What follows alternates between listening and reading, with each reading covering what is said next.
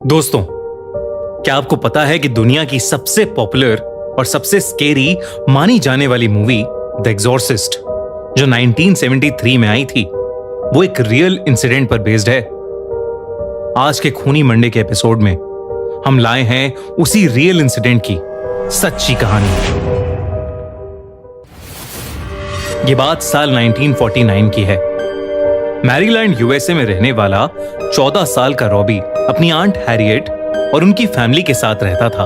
उसकी aunt paranormal activities और dark studies की प्रोफेसर थीं और वो उन लोगों की मदद करती थीं जिनके चाहने वाले अब इस दुनिया में नहीं रहे। रॉबी के पेरेंट्स नहीं थे, इसलिए रॉबी हमेशा अपनी आंट हैरियट से जिद करता रहता था कि उसे अपने पेरेंट्स से एक बार बात करनी है। एक दिन रॉबी के बहुत रिक्वेस्ट करने पर हैरियट ने उसे एक उइजा बोर्ड गिफ्ट कर दिया। उइजा बोर्ड एक ऐसा बोर्ड है जिससे शायद अब दूसरी दुनिया से आत्माओं को अपने साथ बात करने के लिए बुला सकते हैं। रॉबी उस उइजा बोर्ड से रोज खेलता रहता था और अपने पेरेंट्स से बात करने की कोशिश करता रहता था। लेकिन इस बीच धीरे धीरे रॉबी का बर्ताव बहुत बदलने लगा था। वो चिड़चिड़ा सा हो गया था। फिर कुछ ही दिनों में कुछ ऐसा हुआ जिसकी वजह से रॉबी फिर से सहम सा गया था।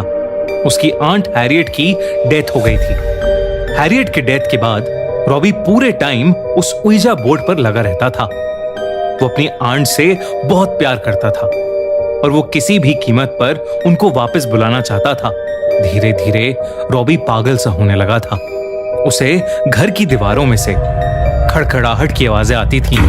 कभी उसे ऐसा लगता था कि जैसे उसकी आंट उसे पुकार रही हैं, तो कभी उसे लगता था कि वो किसी से लड़ रही हैं। कभी उसे किसी औरत की रोने की आवाज आती थी, तो कभी उसी औरत के जोर जोर से हंसने की आवाजें। हैरियट के बाकी फैमिली मेंबर्स ये सब ऑब्जर्व कर रहे थे। उन्होंने देखा कि रॉबी बहुत गुस्सैल हो गया है। एक बार घर के बुजुर्ग मेंबर ने देखा कि रॉबी के पूरे शरीर पर खरोचों के निशान हैं। सब रॉबी की हालत देखकर घबराए हुए थे। लेकिन फिर एक शाम कुछ ऐसा हुआ जिसने इस घबराहट को रोंगटे खड़े कर देने वाले डर में बदल दिया। उस शाम घर पर रॉबी के अलावा और कोई नहीं था। रॉबी उस उइजा बोर्ड से अपनी आंट हैरियट को बुलाने की कोशिश कर रहा था। कुछ देर तक तो कुछ भी नहीं हुआ, मगर फिर अचानक घर के सारे दरवाजे और खिड़कियां बजने लगे। वो एक पैटर्न में 3 बार बज रहे थे और फिर रुक रहे थे। अचानक रॉबी का सर घूमने लगा और उसने देखा कि 2 काले साए उसके कमरे में चारों ओर तेजी से घूमने लगे हैं। साथ ही साथ उसके कमरे की सारी लाइट्स तेजी से जलने बुझने लगी थीं। रॉबी बहुत ज्यादा डर गया और वो भागकर अपनी आंट के बेडरूम में चला गया। उसने वहां देखा कि उसकी आंट बिस्तर पर बैठी हैं और उनके सारे बाल बिखरे हुए हैं और वो अपने बालों में कंघी कर रही हैं। घबराए हुए रॉबी ने अपनी आंट को आवाज लगाई, मगर वो कुछ बोली ही नहीं। तभी उस बिस्तर पर बैठी औरत ने अपने बाल अपने चेहरे के सामने से हटाए और वो रॉबी की तरफ देखने लगी। उसका चेहरा देखते ही रॉबी की रूह कांप गई। वो औरत उसकी आंट नहीं थी, बल्कि कोई और थी जिसका चेहरा बेहद भयानक था। उस औरत की आंखें सफेद थीं और उसके गले हुए चेहरे पर कीड़े चल रहे थे। वो बहुत ही डरावने ढंग से रॉबी की तरफ देखकर हंस रही थीं और अपनी जीभ निकाल रही थीं। सहमा हुआ रॉबी जैसे ही रूम से बाहर भागने के लिए मुड़ा, उसके सामने एक डीमन खड़ा था जिसके लंबे लंबे दांत थे और लाल आंखें थीं। रॉबी उसे देखकर वहीं जम सा गया, जैसे वो किसी के वश में आ गया हो। वो वहीं खड़ा रहा और उस रूम का दरवाजा खुद ब खुद बंद हो गया। देर रात को जब हैरियट के फैमिली मेंबर्स वापस आए तो उन्होंने देखा कि रॉबी खून से लथपथ खड़ा है और उसके हाथ में एक चाकू है और दूसरे हाथ में पड़ोसियों की मरी हुई बिल्ली, और वो उस बिल्ली से उसका मांस निकाल निकाल कर खा रहा था। लेकिन जैसे ही उसने बाकी फैमिली मेंबर्स को देखा, वो गुस्से से पागल हो गया और सब पर एक बहुत ही भारी आवाज में चीखने लगा और फिर कुछ ही पलों में बेहोश हो गया। इस इंसिडेंट के बाद से रॉबी की हालत दिन ब दिन खराब होती जा रही थी। जब किसी साइकेट्रिस्ट को कुछ समझ नहीं आया तो हैरियट की फैमिली ने 2 प्रीस्ट्स को अप्रोच किया, पर उन प्रीस्ट्स के घर पर पैर रखते ही रॉबी पागलों की तरह चिल्लाने लगा। घर वालों ने रॉबी को बेड से बांध दिया। जब उन प्रीस्ट्स ने रॉबी की हालत देखी तो वो शॉक थे।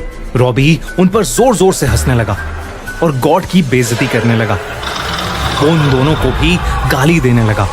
तभी उनमें से एक प्रीस्ट ने रॉबी पर होली वाटर डाला। रॉबी की आंखें उसी सेकंड पूरी सफेद हो गईं और उसका चेहरा एक शैतान जैसा हो गया। उसके कमरे का फर्नीचर खुद ब खुद हिलने लगा। प्रीस्ट अपने चांट पढ़ने लगे और रॉबी अचानक दर्द से चिल्लाने लगा और एक जोर की दर्दनाक चीख के बाद वो बेहोश पड़ गया।